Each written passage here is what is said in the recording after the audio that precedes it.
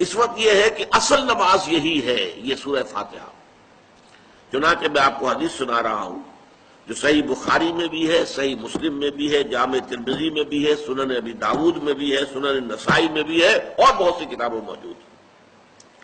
اور یہ عن عبادہ بن صامت رضی اللہ تعالی عنہ، حضرت عبادہ بن صامت سے ہے مرفوعا کہ حضور نے فرمایا لا صلاۃ لمن لم یقرأ بفاتحۃ الکتاب،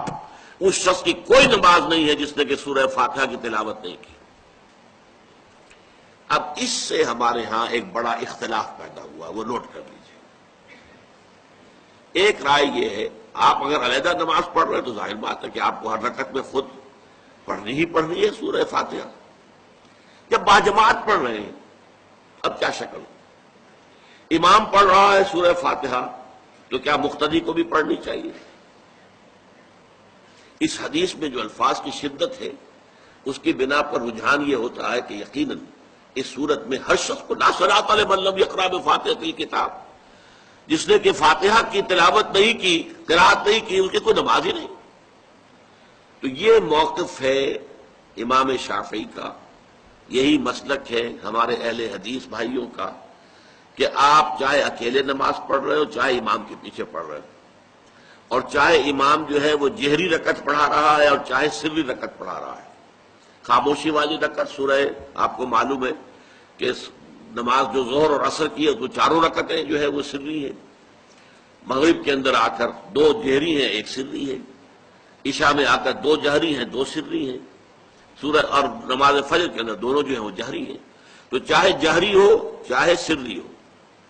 آپ کو بھی لازماً جو مقتدی ہے اسے بھی سورہ فاتحہ پڑھنی ہوگی۔ اب اس کے لیے انہوں نے یہ طریقہ جو ہے تلقین کیا ہے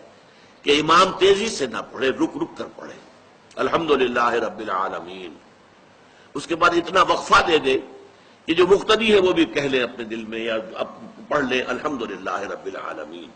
الرحمن الرحیم۔ تو یہ رک رک کر پڑھنا، خاص طور پر اگر آپ کو موقع ہوا ہو کسی اہل حدیث امام کی امامت میں نماز ادا کرنے کا، تو آپ دیکھیں گے کہ بڑا فرق ہے۔ ہمارے جو حنفی امام الحمدللہ رب العالمین الرحمن الرحیم مالک یوم الدین ایاک نعبد و ایاک نستعین، چار آیتیں جو ہیں وہ بھی ایک ساتھ میں پڑھ جائیں گی، لیکن یہ کہ عام طور پر جو اہل حدیث حضرات ہیں وہ رک رک کر ٹھہر ٹھہر کر پڑھتے ہیں، ترتیل کے انداز میں پڑھتے ہیں۔ یا پھر دوسری شکل انہوں نے ایک اور کی ہے، یہ آپ سعودی عرب میں جب کبھی نماز پڑھیں گے اور آپ پڑھی ہو آپ نے تو وہاں آپ دیکھیں گے کہ امام جو ہے وہ سورہ فاتحہ پڑھنے کے بعد کوئی ایک منٹ جو ہے خاموش رہتا ہے تاکہ آپ اب جو مقتدی ہیں وہ اس وقفے میں وہ اب سورہ فاتحہ پڑھ لیں، پھر وہ قرات کرے گا، کوئی اور آیات اس نے شامل کرنی ہے تو بعد میں شروع کرے گا، درمیان میں وقفہ ہوگا۔ لیکن ایک مسلک یہ ہے، اور یہ مسلک جو ہے یہ در حقیقت قرآن مجید کی ایک آیت کے اوپر مبنی ہے۔ سورہ اعراف کے آخر میں فرمایا گیا وَإِذَا قُرِئَ الْقُرْآنُ فَاسْتَمِعُوا لَهُ وَأَنصِتُوا، جب قرآن پڑھا جا رہا ہو تو توجہ سے اسے سنو، خود خاموش رہو۔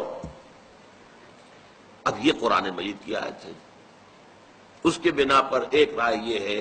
کہ آپ امام کے پیچھے سورہ فاتحہ نہیں پڑھیں گے، پڑھا جا رہا ہے سنو اس کو، خود خاموش رہو۔ اور اس کے لیے وہ دلیل دیتے ہیں کہ یہ شکل ایک وفد کی سی ہے، جیسے کسی بڑی شخصیت کے پاس اگر آپ کا کوئی وفد جاتا ہے، 8-10 افراد ہیں، ان میں اسپوکس مین ایک ہوتا ہے، وہ بات کرتا ہے، باقی سب لوگ موجود رہتے ہیں، سنتے ہیں۔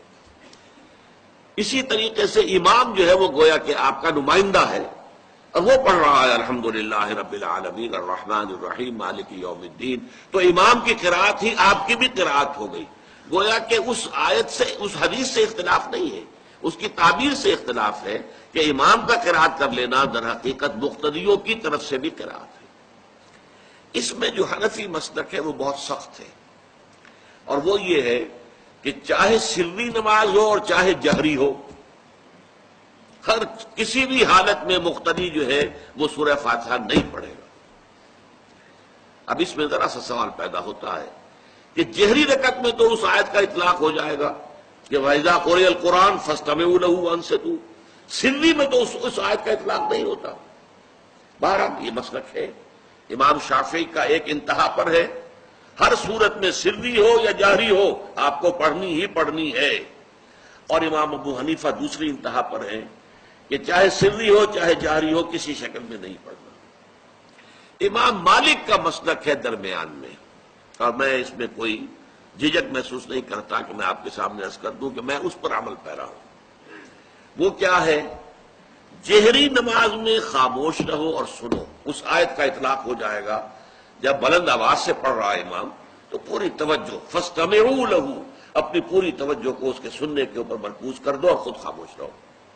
سری رکعت میں البتہ جبکہ وہ بھی خاموشی سے پڑھ رہا، آپ بھی خاموشی سے پڑھ رہے۔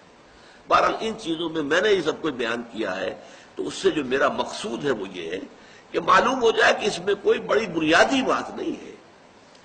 نہ یہ کہ جو حنفی ہیں وہ اس حدیث کا انکار کرتے ہوں کہ لا صلاۃ لمن لم یقرأ بفاتحۃ الکتاب، کیسے وہ انکار کریں گے؟ اور نہ ہی کوئی جو حنبلی ہے یا اہل حدیث ہے وہ قرآن کی اس آیت کا اختلاف جو ہے وہ اختلاف کر سکتا ہے کہ اذا قرئ القرآن فاستمعوا له وانصتوا، لیکن یہ کہ اس کے پھر اس سے جو احکام کا استنباط ہے اس میں اختلاف ہو جاتا ہے، تو اس کو نہیں سمجھنا چاہیے کہ یہ کوئی بہت بڑی اہمیت والی بات ہے۔